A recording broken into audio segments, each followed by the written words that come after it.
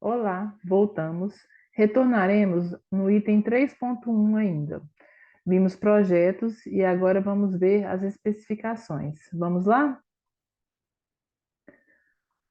Podemos definir as especificações como aquele caderno, aquele texto que descreve de forma precisa, detalhada, ordenada, todos os materiais e procedimentos que serão executados naquele empreendimento, né? As especificações, elas complementam a parte gráfica dos projetos. Então, tudo que está especificado, desenhado, né, vamos falar assim, a parte gráfica nos projetos, ela é complementada com as especificações técnicas. E essas especificações são baseadas em quê? Nas NRs e nas NBRs. As NRs são as normas regulamentadoras, né? Elas têm relação com a segurança do trabalho e saúde dos profissionais, é uma forma de garantir a integridade deles. E as NBRs são os roteiros para a realização dos procedimentos construtivos e recebimento de materiais. As NBRs, elas têm essas especificações dos materiais e serviços, praticamente todos os serviços que são executados em obras civis. Então, nós engenheiros, nós temos que ter mais o hábito de ter essas normas e ler, né? Eu vou fazer um serviço que eu não tenho costume, vou lá na NBR, procuro e leio a especificação, a NBR, para esse tipo de serviço, né? Vou fazer um vidro temperado, vidro aramado, que eu não tenho, nunca fiz. Eu vou na NBR, leio sobre isso, antes de começar a executar, antes, no seu planejamento, você já pode ler os serviços que você não tem muito costume de fazer. Então é muito importante, e acredito que os engenheiros, nós engenheiros, né, devíamos ler mais quando eu falo de mim também. Então, as NBRs são roteiros excelentes para todos os serviços. São centenas e centenas de normas. Eu trouxe aqui alguns exemplos de algumas para vocês verem como as normas são, né, são assim, descritas. São muitas. A 6118, ela é uma das mais utilizadas, que ela abrange todos os projetos de estruturas de concreto. Então, ela cita as exigências, as especificações e os requisitos básicos para os projetos de estrutura de concreto simples, concreto armado e concreto protendido. Então, ali está tudo como deve ser projetado edificações com esse tipo de concreto. A 6136 são os blocos de concreto para alvenaria estrutural. Para quem não conhece, são as alvenarias autoportantes, né? Que elas fazem o papel das vigas e pilares. Não existe viga e pilares e são as alvenarias. A 7199 projeta aplicação e execução de vidros. Tá aqui, ó, comentei ali. Os... Quando eu vou mexer com qualquer tipo de vidro, eu venho aqui, eu vou achar N explicações e especificações dos tipos de vidro que nós temos no mercado. Como é que eu devo exigir a qualidade, o recebimento dele, do material, onde que ele é ideal para ser usado, isso tudo geralmente está nas normas. NBR 7678, condições de segurança e higiene no canteiro. Então, quais são as medidas de manutenção de segurança em que eu torno seguro, né? E com relações de higiene mínimas num canteiro de obra, tanto para o pessoal individual quanto para a coletiva. Então, ela vai ter muitas especificações e medidas que atendam essas normas. A NBR 12118, ela fala sobre os blocos vazados de concreto para alvenaria. Lá, além de citar os ensaios, né, absorção, resistência que eu posso fazer nos blocos para me testá-los, e esses testes, eles nos informam a qualidade e a conformidade dessas exigências técnicas.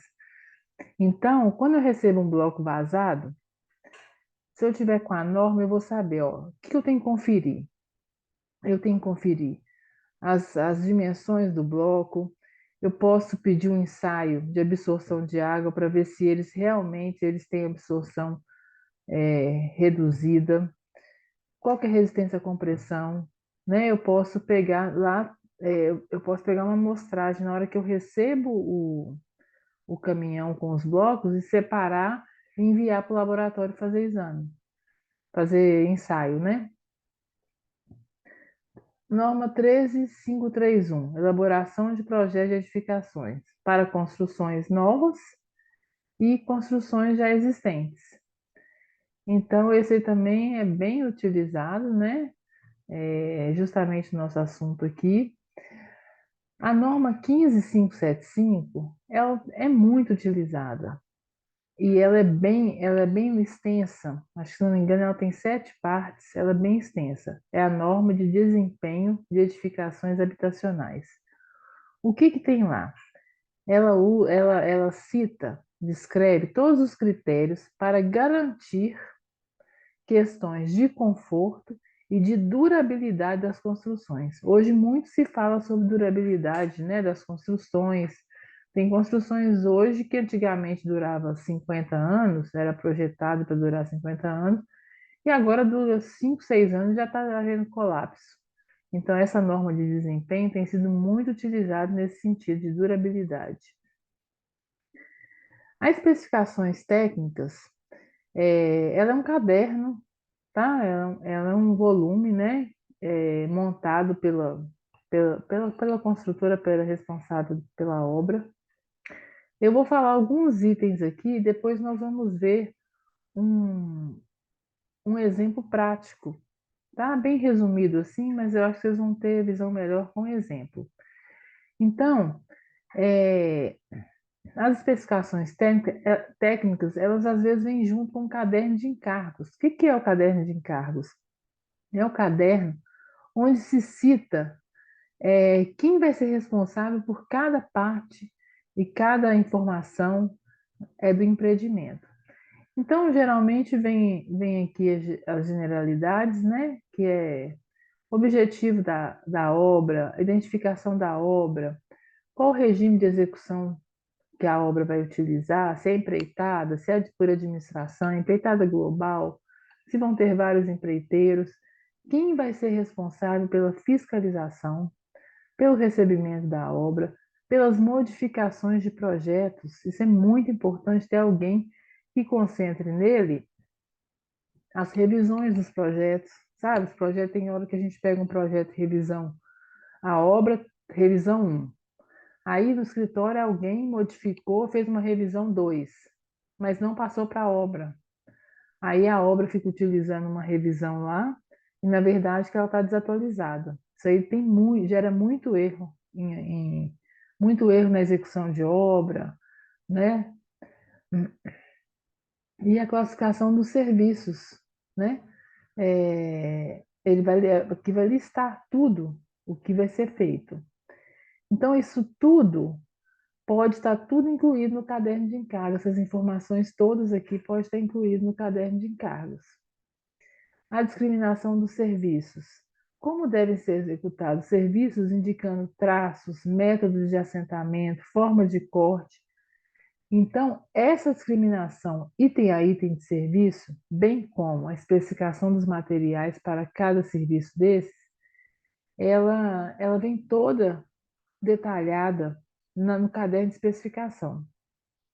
A especificação dos materiais, né? Pode tanto ser escrito de uma forma genérica, que serve para qualquer obra, muito superficial, né? As construtoras muito pequenas, as obrinhas, fazem um negócio bem genérico.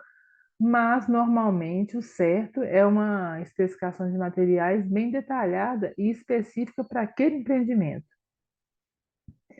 Então, o que vai ser usado lá. Então, tem, né, o tipo de cerâmica, umas duas opções, mas assim, tem que estar dentro daquilo ali que foi especificado.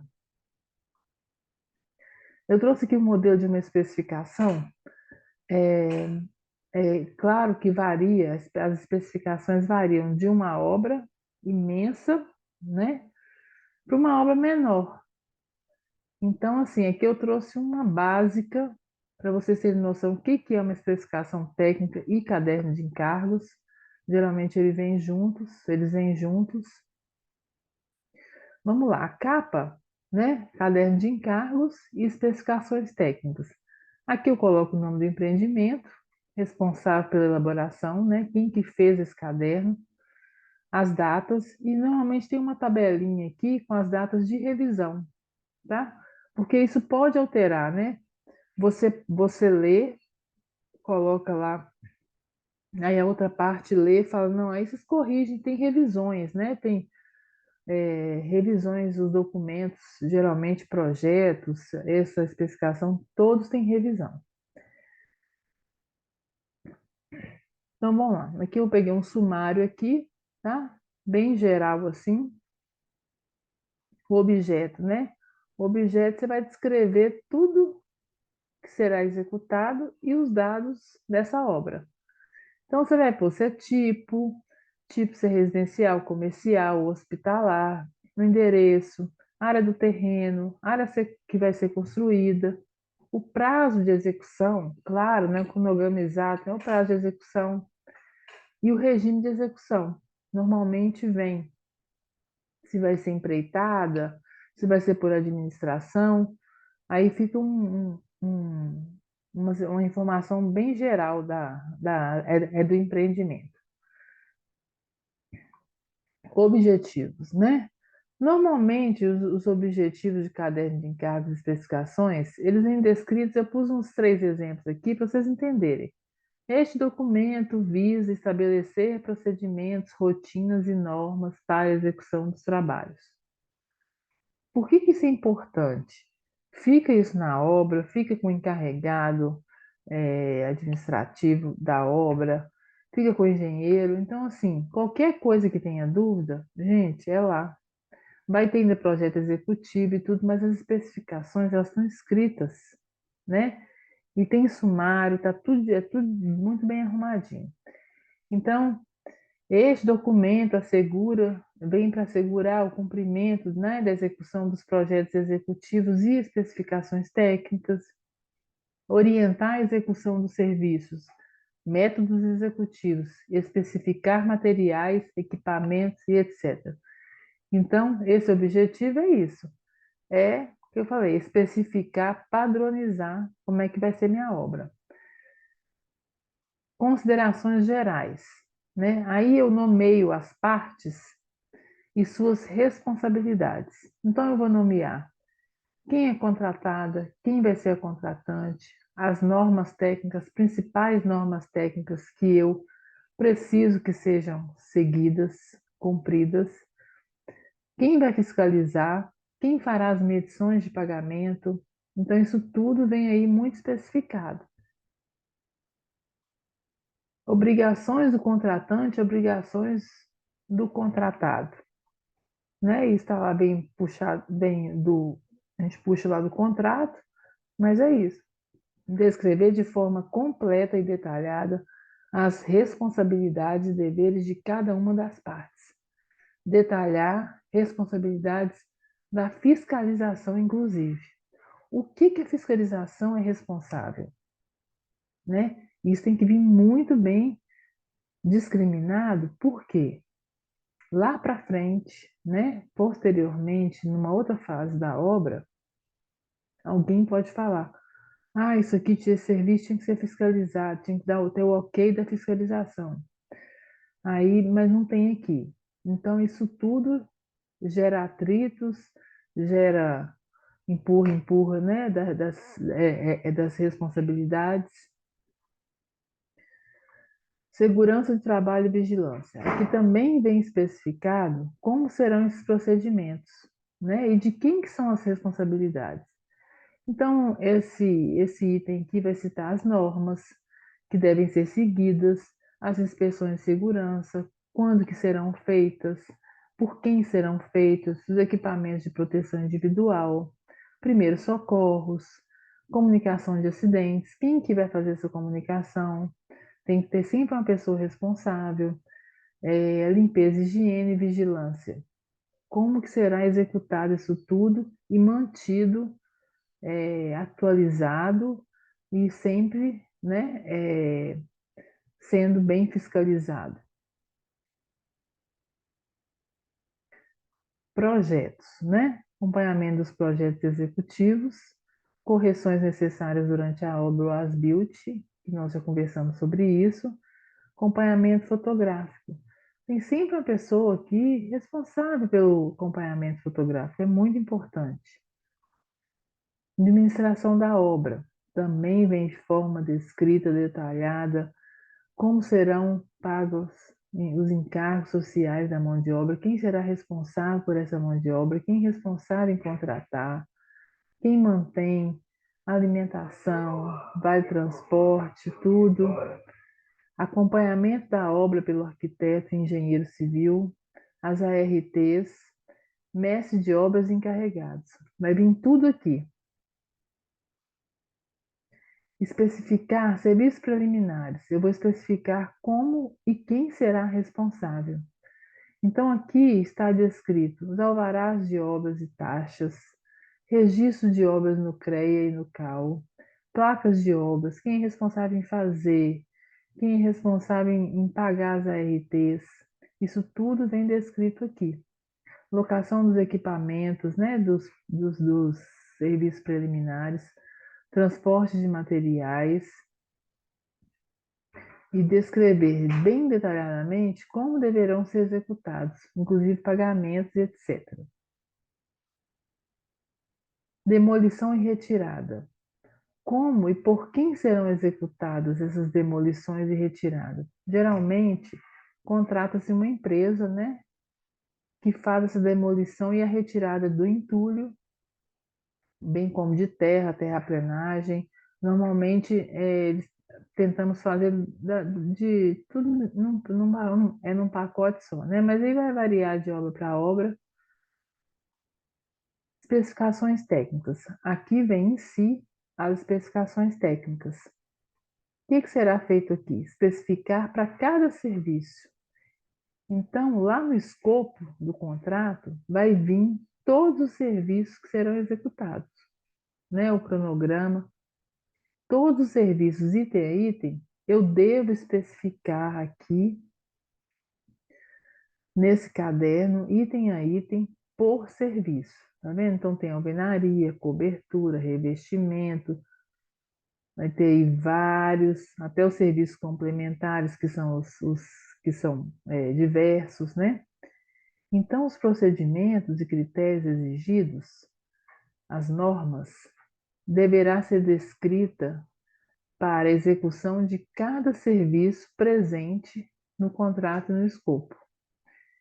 E também a descrição, especificação, qualidade, modelo, etc., dos materiais, bem como os critérios para recebimento desses materiais. É muito importante que o responsável pelo recebimento, no caso, um almoxarife, né, um estagiário, até o próprio engenheiro, eles têm que ter critérios para receber esse material, né? Todos.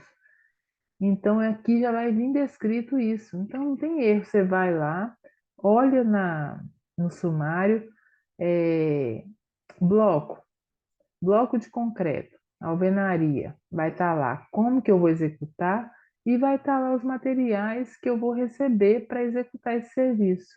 Como é que eu tenho que receber um bloco? É o que nós falamos.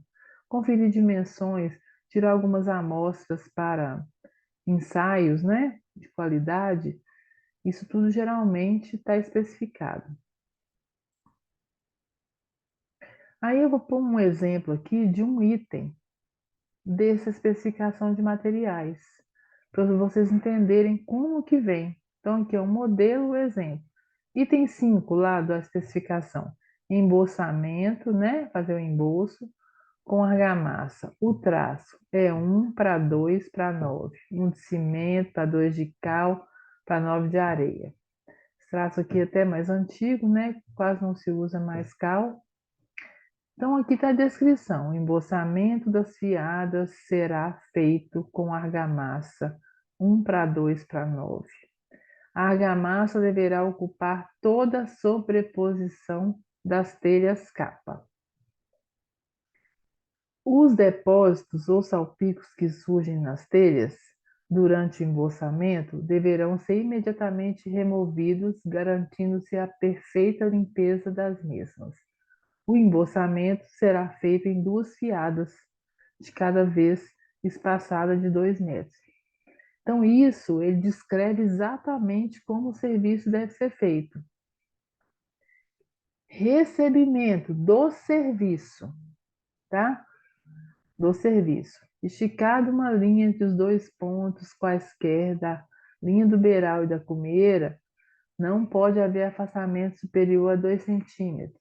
Então, o estagiário, o engenheiro que vai receber o serviço, ele tem que conferir. Isso também está especificado, né? E aí tem até o critério aqui nisso aqui de medição. Como que eu meço para pagar o empreiteiro? Por comprimento de cumieira por metro linear. Então, isso é um exemplo, cada construtora tem um padrão, né? De quanto mais detalhado e bem explicado e didático, melhor, né? Para quem vai seguir. Então, o que que eu faço para ter uma boa especificação técnica? Eu já tenho um caderno de encargos, tenho as especificações completas lá, item a item. Então, juntamente com as especificações, o que eu devo anexar? Os projetos arquitetônicos, complementares, executivos, detalhamentos, tudo. Porque o conjunto disso tudo é que me dá subsídio para passar da forma correta para quem vai executar. Regulamentos e recomendações concessionárias, água, esgoto, energia e telefonia. Isso aí geralmente está lá, né? O que eu tenho que pedir, quando é que eu tenho que pedir ligação. Isso tudo é muito importante. Aí eu tenho que pedir ligação, mudança de rede da companhia, é de energia. Eu tenho que fazer uma solicitação, comprovar que eu preciso de mais carga, isso tudo estão nessas recomendações aí das concessionárias. Normas específicas da ABNT e de institutos, né, técnicos, e em alguns casos o Código de Obras do município. É importante a gente conhecer o Código de Obras do município. Normas e recomendações dos órgãos ambientais, as planilhas orçamentárias e cronogramas, importante também, e demais especificações necessárias e aplicáveis para aquela obra específica. Às vezes tem um detalhe diferente, por exemplo, um paisagismo muito elaborado, isso tudo deve estar aqui, muito bem especificado. Ok? Eu agradeço, obrigada, espero que tenha ficado claro sobre projetos e especificações técnicas de materiais e serviços. Vamos deixar uma lista de exercícios. Muito obrigada.